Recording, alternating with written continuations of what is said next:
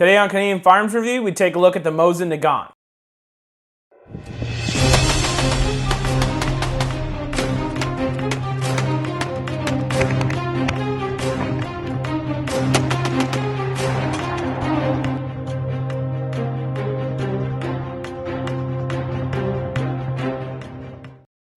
So this is the Mosin Nagant 1891-30, and what that means is it was designed in 1891, and there was a modernization in 1930. And this was, of course, fielded by the Russians in World War I and World War II. And that's kind of what where the appeal comes from in this rifle, is it has a little bit of war history. There's actually a ton of history behind this gun. I'm not going to get into detail about the history because the video would be an hour long. But basically, they had produced a ton of these during the war, and that's why they're so cheap today, because there's about 37 million out there today, or they had produced 37 million of them. So it's great for us as gun collectors because they're inexpensive, and there's all kinds of variants for collecting purposes. This one in particular is M91 Ichevek. I'm not quite sure if I'm pronouncing that right, but it's one of the more common rifles.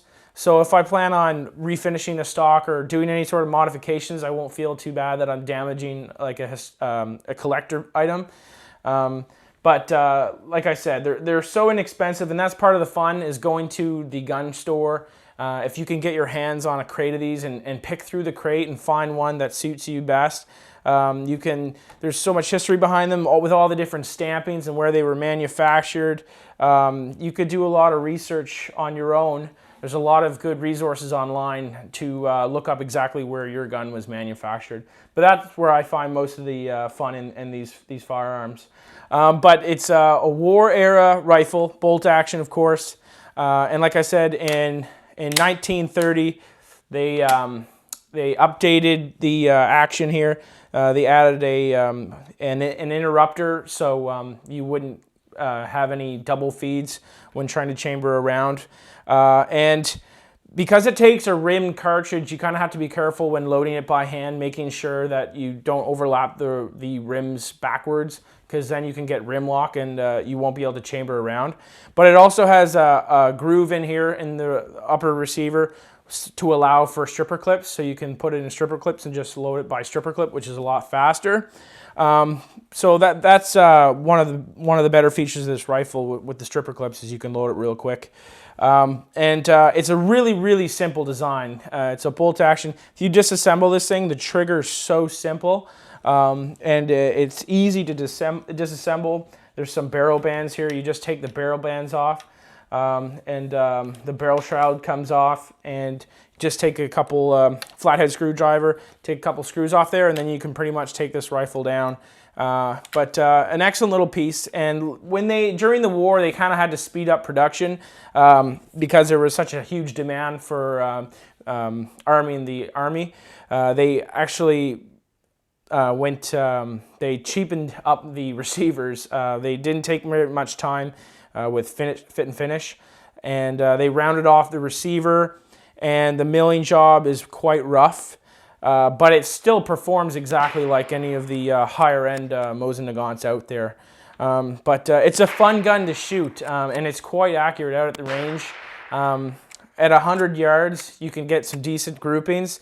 But the one thing that, if you're going to be shopping for these rifles, take a look down the barrel, because a lot of these have been in storage for a long time. And if someone had purchased it earlier and cleaned the cosmoline out of it and let it sit for a long period of time, rust buildup. You're going to look for like pitting in the barrel and rust buildup. I know specifically this one didn't have any cosmoline, and I had to put a lot of work into the barrel, and the barrel is pretty pitted. So I haven't actually shot this Mosin Nagant yet. This is my second Mosin Nagant, but I'm kind of interested to see how well it will group even with the pitted barrel.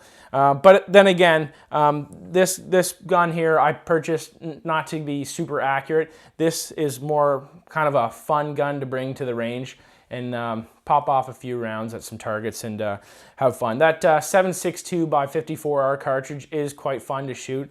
It has a decent amount of recoil, and you can feel it in your shoulder. and it is a lot of fun to shoot. But for the price, guys, my first Mosin Nagant was about $110. And this one here, specifically, my most recent Nagant was $140. So you can get them in and around that window. They're really cheap. It's another firearm to add to your collection. And if you don't have one yet, I highly recommend it. I think every Canadian gun owner, or any gun owner at that, should have one of these in their gun locker. There's a lot of history behind it, and it's just something to pull out and show off to your friends who don't know a lot about guns. They'd be interested in that. You're not going to impress a gun owner with this gun, though, because every gun owner has one. You're not going to bring this gun to a range and say, whoa, look at my Mosin Nagant. People are going to look at you funny because they're so common. But that being said, they are a fun gun to collect. That's the first look at this gun. We're going to take it out at the range and shoot it some. We'll have a video up in the future. Thanks for watching the video, guys. Please rate, comment, and subscribe to the channel. Thanks for watching.